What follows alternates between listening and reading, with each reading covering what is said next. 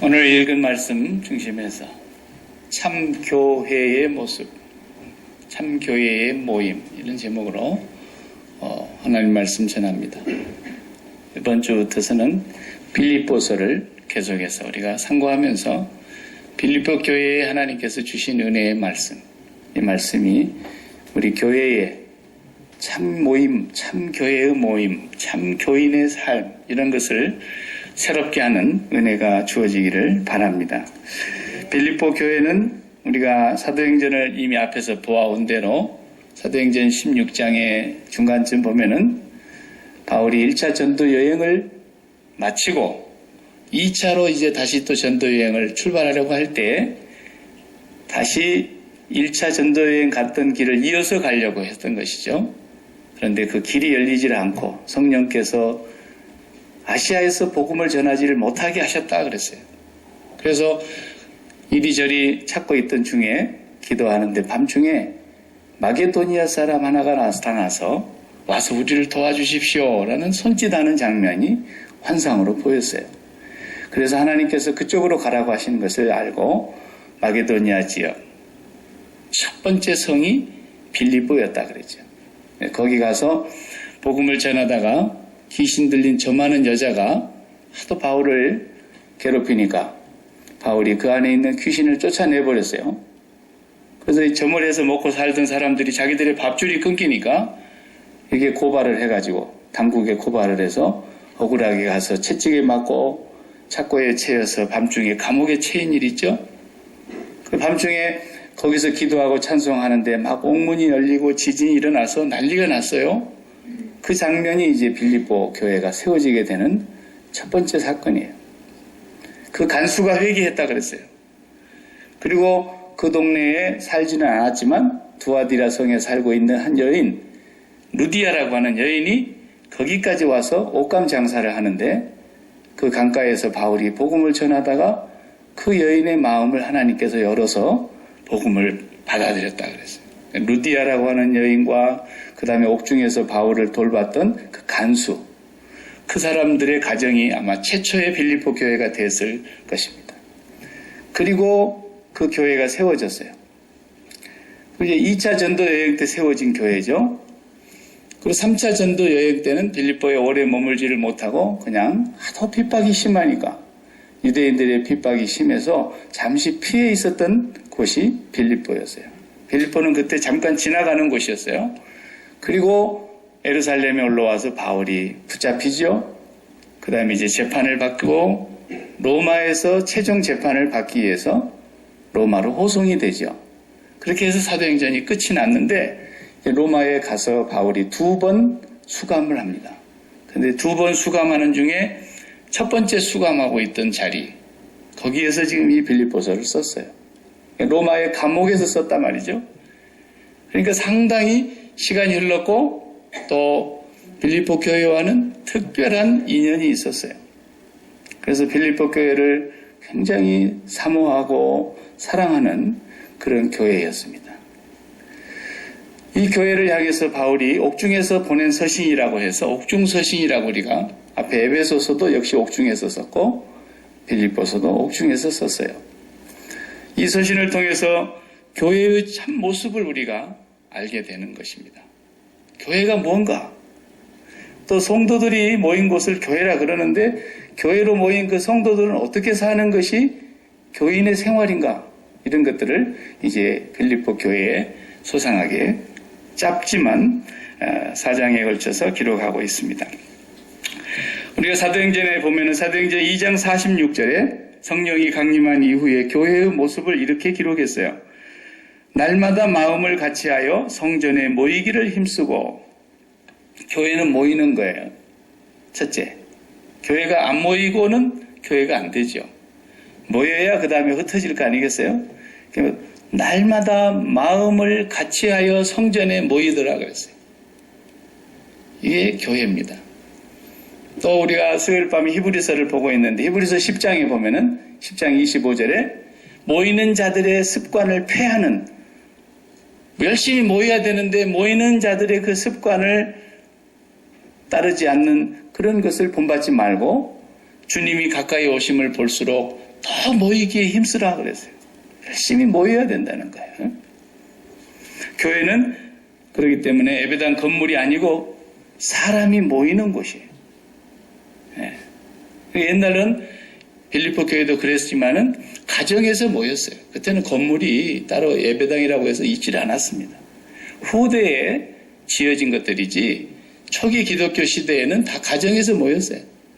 우리가 구역 예배 드리면 가정에서 돌아가면서 모이듯이 교회가 그렇게 됐어요. 특별히 그 중에서도 이제 자기 가정을 완전히 교회 모임의 장소로 그냥 온전히 열어놓고 그렇게 교회를 시작하는 그런 분들이 더러 있었어요. 그러니까 교회는 건물이 아니고 사람이 모이는 곳이에요. 모임이 교회라고 말이죠. 근데 모인다고 해서 또 다 그러면 교회냐? 그렇지 않죠. 모이는 데가 사람만 모이는 것은 그냥 우리가 집단이라 그러죠. 집단, 그룹. 그렇지만 마음이 함께 가서 모이는 곳이 있어요. 마음이 있어서 모이는 곳이 있다 이 말이에요. 그것을 공동체라 그래요. 공동체. 한 가지 공동체. 공동체도 또 여러 가지가 있어요. 우리가 좀 한 달에 한 번씩 얼마씩 모아가지고 목돈을 만들어 볼까? 그러면 개모임이에요. 그것은 돈에 모이는 거예요. 돈에. 돈이 목적이죠. 네. 요즘 어디에 어떻게 해야 애들이 공부를 잘하고 성적이 올라가고 이런 관심을 갖고 있는 사람들이 모이는 것은 학부형 공동체죠. 마음이 거기에 있으니까. 사업하는 사람들끼리 모여가지고 어떻게 하면 경제를 이렇게 바르게 참 세워나갈 수 있을까 고민하면서 그럼 경제인 연합회죠. 경제인 연합회. 그것도 마음이 경제에 있는 거예요. 다 자기들 나름대로 어딘가에 마음이 있어서 모이는데 그 모인다고 해서 또 다 교회는 아니다 이거예요. 라이온스 클럽이 될 수도 있고 이사회 모임이 될 수도 있고 모임이 여러 가지 모임이 있습니다. 전부가 다 이 세상에서 모이는 모임은 한마디로 말하면 세상에 속한 모임이에요. 세상에 속한 모임은 어떤 모임이라도 교회는 아니에요. 교회라는 말 자체가 성경에서 한 120번 정도 사용하고 있는 신약 성경에서만 교회라는 이 단어 자체가 밖으로 불러낸 모임이다 그랬다. 에클레시아. 밖으로. 그러니까 어디에 살고 있는데 세상에 속해 있는데 세상 밖으로 불러낸 모임이다. 그러니까 장소가 세상에 속한 곳이 아니에요. 그래서 교회만 특별한 곳인 거예요. 거기로 모여야만 교회이지 세상에서 아무리 좋은 건물 지어놓고 그 속에 숫자가 많이 모인다고 해서 다 교회냐? 통일교가 교회예요? 엄청나게 모입니다. 그 사람들은 예배당도 안 짓고도 그냥 호텔에서 모여버려요. 워낙 돈이 많으니까. 근데 교회입니까? 아닙니다. 교회는 이 세상 속에 속해 있는 단체가 아니에요. 그래서 독일어에서는 교회를 철치라고 안 하고 영어로 철치라고 하는 이 교회가 독일어로 퀴르케 그러죠. 퀴르케 명사로. 퀴르케라는 말이 헬라어에서 주님께 속하다 그런 말에서 온 단어예요. 주님께 속하다. 주님을 퀴리오스라 그러죠. 주인님 그럴 때 퀴리오스 거기서 온 말이에요. 교회는 주님께 속한 모임이고 교회는 이 세상에 속한 사람들을 세상으로부터 불러내 에클레시아 공동체란 말이에요. 세상에 속해 있으면 교회 아니에요. 그것을 너무 선명하게 하나님께서 구분을 해놓으신 거예요. 그게 교회냐 아니냐. 사람이 엄청나게 많이 모였던 우리처럼 한 30여 명 모였던 그 모인 장소가 어디나 상관없어요. 가정에서 모였느냐 저 풀밭에서 모였느냐 그건 상관할 필요가 없어요. 어디에 마음이 속해 있느냐라는 거예요. 그 마음이 속해 있는 마음이 가는 장소 거기가 돈 때문에 모인 거냐? 사업 때문에 모인 거냐? 친교 때문에 모인 거냐? 고향 사람들끼리 모인 거냐?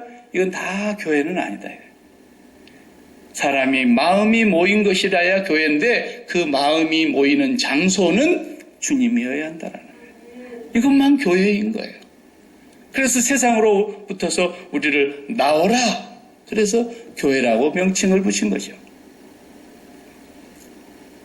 만약에 이 세상이라고 하는 곳에 그대로 속해 있으면서 백날 모여도 주님 오시면 그 사람들은 주님하고 아무 상관이 없어요. 여러분들이 잘 믿으셔야 됩니다. 열심히 모여가지고 뜻맞은 사람들끼리 잘 모인다고 교회가 아니에요. 교회는 마음이 모인 장소라야 교회인데 그 마음이 모인 장소가 절대로 세상에 속한 것들로 인하여 모인 것이 아니라는 거예요. 그래서 성경에는 하나님이 계시는 영역을 우리가 하늘에 계신 우리 아버지, 하늘이라는 영역이 있고 그 다음에 공중의 영역이 있어요. 마음이라는 영역도 바로 이 공중에 속한 곳이에요. 그런데 범죄한 아담 이후에 모든 사람들이 하늘의 영역에서 다 쫓겨났기 때문에 그리고 영생으로 가는 길이 다 막혀 있기 때문에 이 공중의 영역으로 쫓겨난 우리 인간들은 절대로 하늘로 올라갈 수가 없어요. 들어갈 수가 없어요. 거기는 완전히 차단이 되어 있는 거예요. 불과 두루 도는 화영검으로 거기에 생명길로 오는 길을 하나님이 막아버리셨어요. 그래서 공중에서부터서 어디의 영역에 속해 있느냐? 땅의 영역에 속해 있는 거예요. 그래서 매번 마음이 땅에서 속해 있는 것들에게 땅의 일만 생각하는 자라 그랬잖아요. 누가? 그리스도의 십자가의 원수로 행하는 자들이 맨 땅에 있는 일만. 이게 끝까지 악순환인 거예요. 아무리 좋은 생각을 해도 땅에 있는 일이에요. 나라 사랑, 땅에 있는 일이에요. 아무리 나라 사랑해도 땅에 있는 일이라. 네. 저 위로 올라갈 수 있는 길이 완전히 막혀 있었어요. 그 길을 뚫고 내려오신 분. 바로 그 주님께 속한 사람들만. 그 길을 뚫고 내려오시고 다시 그 길을 뚫고 올라가시면서 하늘과 우리 사이에 절대로 열릴 수 없는 꽉 막혀 있는 그곳에 터널을 뻥 뚫어 놓으신 분이 계신단 말이에요. 그 터널로만 하늘의 빛이 비치고 내려오는 거예요. 그 빛이 내려오는 것을 우리가 받았을 때 성령 받았다 그러는 거예요. 예?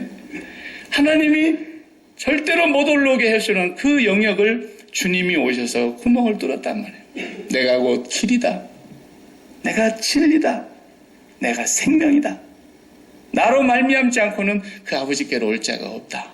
그래 말씀하셨단 말이죠. 그러니까 주님께서 뚫어놓으신 그 영역을 그 장소에서 마음이 거기로 가서 모이는 사람들만 교회. 아시겠어요? 네. 주님이 오셔서 공중에서 주를 영접하게 하시려니 성경에서 그 공중을 얘기하고 있어요. 그 공중에서 절대로 하늘을 뚫고 들어갈 수가 없는데 인간의 힘으로는 바로 그 구멍을 주님이 열어놓으셨어요.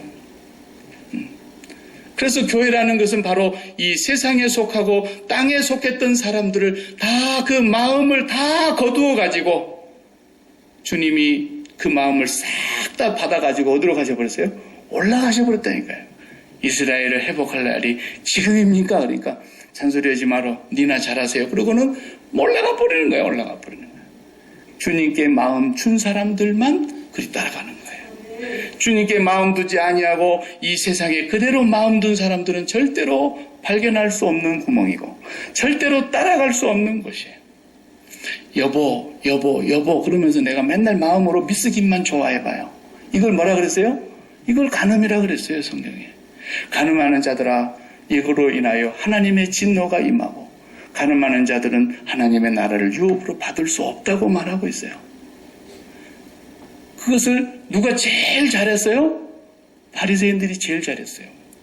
그래서 바리새인들은 하나님에 대한 전문가예요. 당시의 종교 지도자들이에요. 제일로 잘생긴다 그래서 당 이름을 지었는데 새나라당이 아니고 새누리당도 아니고 바리새당이라고. 바리새당. 그 바리새라는 것이 당원의 이름이래요. 당 이름. 헤롯당, 진로당, 사두개당 그랬잖아요. 당원들이라고 해요. 72명으로 구성되어 있는 바리새당. 예? 그 파리사이오스라는 단어에서 온 말이에요. 무슨 말이에요? 우리는 구별되고 거룩하고 특별한 존재들이라는 거예요. 보통 사람들하고 우리는 이게 구분이 된다는 거예요. 얼마만큼 하나님을 잘 섬기기로. 그런데 그걸 보고 예수님이 뭐라 그랬어요? 저들은 다 독사의 자식들이라 그랬어요. 저들은 다 그 아비가 거짓의 아비라 그랬어요. 그래서 회칠한 무덤과 같고 속에는 썩은 송장이 들어있는 것들과 같다 그랬어요. 외식하는 서기관과 바리새인들이여 화 있을진저 저주받을 것이다라는 말이에요. 너희는 반드시 저주받을 것이다. 누구 보고? 당대의 가장 종교 지도자들에게.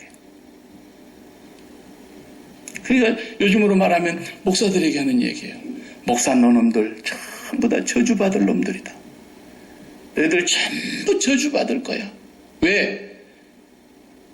누가복음 16장을 예수님께서 말씀하시면서 불의한 청지기 비유를 쭉 하시면서 돈 얘기를 하셨거든요. 그러고 나서 14절에 하시는 말씀이 바리새인들은 돈을 좋아하는지라 그랬어요. 이게 바리새인들이 듣고 비웃었다 그랬어요. 바리새인들은 입으로는 하나님 그러지만 그 마음은 땅의 일과 세상이 꽉 차 있는 사람들이에요. 주님은 그걸 다 아시기 때문에 세상의 위선자가 바로 너희들이다 그랬어요. 네, 교회가 아니에요. 교회는 반드시 이 세상에서 그 마음이 떠나서 그 마음이 주님이 속한 곳으로 가는 거예요. 이것만 교회인 거예요. 그래서 이 세상의 모두가 다 공중의 마음이 있고 공중 권세 잡은 자에게 사로잡혀 있고 땅의 일만 생각하고 있는 모든 인생들에게 이 공중을 구멍을 내기 위해서 오신 예수 그리스도 그분을 따라가는 것이 교회라고 한다면 거기를 따라가지 않고 마음이 계속해서 공중 권세 잡은 마귀를 따라서 땅의 일만 생각하고 있는 이 공동체라면 교회가 아니다라는 거예요. 그런데 날마다 땅의 일에 매여가지고 땅의 일만 생각하고 땅의 소원만 가지고 땅에서 형통하기를 바라고 땅에서 내 비전을 이루기를 바라고 땅에서 내 자아를 실현하기를 바라고 그것이 자기의 생명처럼 자기의 심장에 붙어 있는데 그런 사람들을 교회로 불러들여가지고 어떻게 하라는 거예요? 그리스도의 십자가에서 당신이 죽었다는 것을 인정하시기 바랍니다. 그리스도의 죽음이 당신의 죽음이요.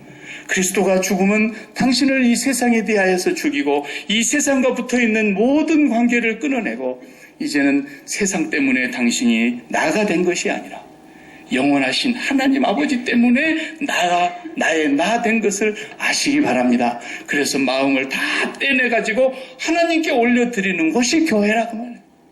그런데 세상에 그렇게 마음이 붙어갖고 있는 사람들이 교회에 왔는데 그 사람들 보고 오늘 여기 모인 사람들에게 하나님께서 모두 다 질병을 고쳐주실 줄로 믿으시기 바랍니다. 아픈데 손 얹으시기 바랍니다. 맨 그따구로 하고 있는 거예요. 사탄의 자식들이. 그것은 하나님이 고쳐달라고 안 해도 고쳐주셔요. 그건 하나님의 섭리와 하나님의 경륜과 하나님의 계획과 뜻에 달려있는 거예요. 하나님이 이루시려고 하면은 죽을 사람도 살리는 것이고 천하의 유명한 의사가 다 포기해도 하나님이 살리려면 살리시는 거예요. 아무것도 아니고 발가락 수술했는데도 죽는 사람이 있고요. 사람의 목숨이 하나님께 달려있는 거예요. 그러니까 맨날 세상의 마음이 있는 대로 다 달라붙어가지고 세상에 관심이 다 달라붙어가지고 그렇게 온 사람들을 맨날 오늘 여기 모인 사람들 여러분의 사업이 번창하시기를 바랍니다. 축원합니다. 아멘 그러고 오늘 여기 병든 사람들 다 치료받고 돌아가시기를 바랍니다. 아멘 그러고 그래도 안 나선 사람이 99명이에요. 어쩌다 한 명 나사요. 아시겠어요? 네. 오늘 우리 자녀들이 다 출세하고 성공하고 다 우리 자녀들이 진급되고 우리 자녀들이 다 일취월장해서 하는 일마다 물무드 바가지에 깨달라붙도록 쌀이 달라붙도록 복 받으시길 바랍니다. 아멘. 세상에 마음이 완전히 다 붙어있는 사람들이 교회에 왔는데 거기다가 기름을 다 끼얹어 주는 거예요. 그러니까 교회가 세상에 힘이 하나도 없어져 버리는 거예요. 그러니까 교회가 맥을 다 잃어버리는 거예요. 교회가 세상에 할 말이 없어져 버린 거예요. 왜? 성공하려면 세상이 훨씬 더 앞서가기 때문에, 돈 잘 벌려면 세상이 훨씬 더 뛰어나기 때문에, 그리스도 밖에 있는 사람들이 훨씬 더 세상에 속한 일의 전문가이기 때문에, 왜 일식집에까지 와가지고 김치찌개 없어요 이러냐 이 말이에요. 왜 양식집에 가가지고 된장찌개를 찾냐 이거예요. 교회는 그 마음을 세상에서 끊어낸 사람들이, 그리스도와 함께 십자가에 못 박힌 사람들이, 그리스도와 함께 세상에 대하여 죽은 사람들이, 그리스도와 함께 다시 살아 그리스도께서 뚫어놓으신 공중의 영역에서 하늘로 향해서 뚫어놓으신 그곳으로 우리의 마음이 올라가는 것이 교회란 말이에요. 그래서 공중에서 주를 영접하게 될 것입니다. 왜 이 말을 하느냐? 오늘 빌립보 교회가 그런 교회였기 때문이라는 거예요. 바울이 오늘 본문에 보면은 빌립보 교회를 얼마나 사모했는지, 내가 그리스도의 심장으로 너희를 사모한다 그랬어요. 그리스도의 심장으로. 8절에 보니까 그리스도의 심장으로 내가 너희를 사모한다. 이게 무슨 말입니까? 그리스도의 심장으로 사모한다는 것이, 바울의 마음이 항상 그리스도에게 가 있었다는 뜻이에요. 그의 심장은 그리스도에게 붙어서 그리스도의 마음과 교감을 나누고 있었는데, 세상의 빌립보 교회도 그 심장이 다 그리스도에게로 올라왔더라 이거예요. 그래서 그리스도의 심장으로 교감을 나누다 보니까 그리스도께서 빌립보 교회를 얼마나 사랑하시는지를 알게 되었고, 그 그리스도가 교회를 사랑하시는 그 사랑이 바울에게도 전이가 되어가지고, 내가 그리스도의 심장으로 너희를 사모한다 그랬다. 그리스도가 그 빌립보 교회를 이렇게 사랑하니까, 그리스도의 심장이 빌립보 교회와 붙어 있으니까, 빌립보 교회가 그만큼 마음이 하나님께로 올라가 붙어서 세상으로부터 끊어져 있다는 것을 주님이 아시니까. 새벽 기도 때는 고린도후서를 보고 있는데, 고린도후서가 이제 이번 주에 끝나요. 근데 고린도후서 8장 9장에는 헌금에 대한 얘기를 해요. 8장과 9장, 2장 전체를 할애해서. 그 헌금 얘기가 무슨 얘기였냐면, 바울이 예루살렘 교회가 가난과 극심한 환난을 통해서 성도들이 다 흩어지고 먹을 것도 조차도 없어졌단 말이죠. 처음에야 성령이 충만해서 오순절에는 막 자기 것을 자기 것이라고 없는 자가 없이 다 내놔가지고 풍성해가지고 헬라파 그 구제받아야 될 과부들이 얼마나 많이 와서 도움을 받았습니까? 그런데 핍박이 너무 극심하니까 사도들만 빼놓고는 다 흩어졌지 않습니까? 거기 가난해서 이제 먹을 것조차도 없는데 흉년까지 들었단 말이에요. 그러니까 바울이 복음을 전하러 다니는 곳곳마다 가서 여러분은 영적으로 모교회인 예루살렘 교회를 살려야 합니다. 그래가지고 그 이방인들 교회에서 선교 헌금을 받으면 반드시 예루살렘 교회로 갖다 줬거든요.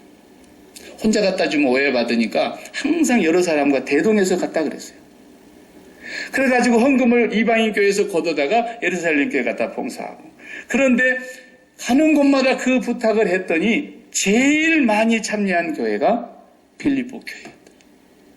빌립보서를 고린도후서 8장 9장 읽어보면 뭐라고 나오냐면요, 내가 1년 전에 여러분들에게 부탁을 했는데 여러분 아직 10원도 안 했지만, 고린도 교회는 굉장히 부자 교회거든요. 제일 부자 도시거든요. 저도 캐나다에서 목회해봤지만 헌금이 동부에 있는 교회에서 나오는 것하고 서부에 있는 교회에서 나오는 숫자가 비슷한데 액수가 달라요. 동부는 산업이 발달되고 간에 수공업부터서 뭐든지 할 수 있는 일들이 많아서 사람들이 헌금이 다르더라고요. 근데 밴쿠버 지역에는 뭐 수공업은 그만두고 공장도 없어요. 관광지로만 먹고 사니까 일자리가 없어요. 그러니까 헌금이 너무 작게 나온다고요. 가난한 교회들이에요. 그 고린도 교회는 부자 항구 도시니까, 부자 동네니까 그 교회 헌금이 많을 수밖에. 근데 빌립보는 가난한 동네인데 빌립보 교회가 어땠다 했어요. 고린도후서 8장에 9장에 이렇게 얘기합니다. 그들은 환난도 있었고 극심한 가난 때문에 풍성한 연보를 했다 그랬어요. 말이 안 맞잖아요. 환난이 심하고 극심한 가난 때문에 풍성한 연보를 했다. 이게 도대체 말이 앞뒤가 안 맞지 않습니까? 그래서 빌립보 교회를 고린도 교회에다가 소개하면서 내가 여러분 교회를 얼마나 빌립보 교회에다 자랑을 했는데 1년 전에 부탁한 헌금이 아직도 10원 한 장 안 오고 있으니 여러분 내 자랑이 부끄럽게 되지 않기를 바랍니다. 그 얘기를 좀 쓰는 거예요. 그래서 거기에 나오는 얘기 우리가 늘 읽으면 생각나는 얘기 있잖아요. 하나님은 즐겨내는 자를 사랑하십니다. 내가 가기 전에 미리미리 준비해 놨다가 주시기 바랍니다. 바울이 계속 부탁을 했던 거예요. 근데 빌립보 교회는 환난도 심한데 가난이면 얼마나 극심한 기근이 왔으면 극심한 기근이라 그랬어요. 극심한 가난이라 그랬다고. 가난 중에도 너무너무 어려운데 세상의 헌금을 그렇게 풍성하게 보내올 수가 있냐라는 거예요. 그래서 빌립보 교회가 어떤 교회이기 때문에 그들의 마음이 하나님께 있기 때문에 그거 한 가지만 봐도 알 수 있지 않냐 이거예요. 그런데 다른 교회는 한 교회도 바울의 선교에 동참하지 않았는데 예루살렘 교회 보내는 것 말고도 바울을 위해서 선교 헌금을 보냈다니까요. 그것이 9절부터서 나오지 않습니까? 9절 아니죠. 오늘 본문 다시 한번 보겠어요. 5절에 나오죠. 너희가 첫날부터 이제까지 복음을 위한 일에 참여하고 있기 때문이다. 복음을 위한 일에 선교헌금을 얘기하는 거예요. 지금 첫날부터라는 것은 2차 전도 여행 때 처음 만났을 것이고 지금 이제까지 그랬으니까 감옥에 있을 때까지 이제 뒤에 4장에 가면 이 얘기가 나와요. 사실은 에바브로 디도가 이 빌립보 교회에서 목회를 하고 계셨어요. 근데 바울이 로마의 옥중에 있다는 얘기를 듣고 에바브로 디도를 보낸 것이에요. 헌금을 거둬서 사도 바울이 옥중에서 지금 고통을 당하고 계시는 것 같은데 우리가 거기도 선교헌금을 보내자. 그래서 디도에게 에바브로 디도에게 헌금을 드려서 당신이 갔다 오시기 바랍니다. 근데 위치가요. 지도상으로 보면 내가 말씀을 준비하면서 거리를 한번 재봤어요. 그 거리가 얼마만큼 떨어진 거리인가. 빌립보 교회하고 바울이 지금 옥중에 갇혀있는 로마 감옥과의 거리를 재보니까 해상으로 가면은 배를 2번 타게 돼요. 그리고 육지를 가면서 해상에서 배를 2번 타는데 그렇게 가면 좀 짧은데 1000마일이에요. 1000마일. 왕복 2000마일. 제가 우리 애들 지난주에 가서 데리고 왔는데 여기서 캐나다 밴쿠버까지 왕복 540마일입니다. 270마일밖에 안 돼요. 270마일. 정규 속도로 가도 보도 통과하는 시간까지 포함하면 5시간 걸려요. 그런데 바울이 지금 옥중에 갇혀있고 빌립보 교회에서 헌금을 모아가지고 에바브로 디도를 통해서 거기까지 전달하는데 왕복 2000마일이라고요. 육지로만 배를 안 타고 돌아가게 되면 겨울에는 또 배가 안 뜨니까 육지로 가야 돼요. 겨울이었으면. 그러면은 1320마일이더라고요. 1320마일. 한쪽 편도가 그때 자동차가 있었겠습니까? 모르겠어요. 말을 한 마리 타고 왔는지는 모르겠지만 말을 탔다 해도 얼마나 많은 시간을 가야겠어요. 그런데 빌립보 교회는 그렇게 환난이 있고 극심한 가난 속에서도 이방인들로서 예루살렘 교회를 위해서 선교사님들을 위해서 특별히 바울 사도를 위해서 지금까지 그 복음을 위한 일에 참여하고 있는 교회였다는 거예요. 마음이 어디에 있으니까 그렇게 되겠어요? 땅에 있는 사람들은 절대로 안 되는 일입니다. 하늘에 있는 사람들만 될 수 있는 거예요. 그래서 빌립보 교회를 향해서 지금 그 얘기를 하고 있는 것입니다. 이 교회가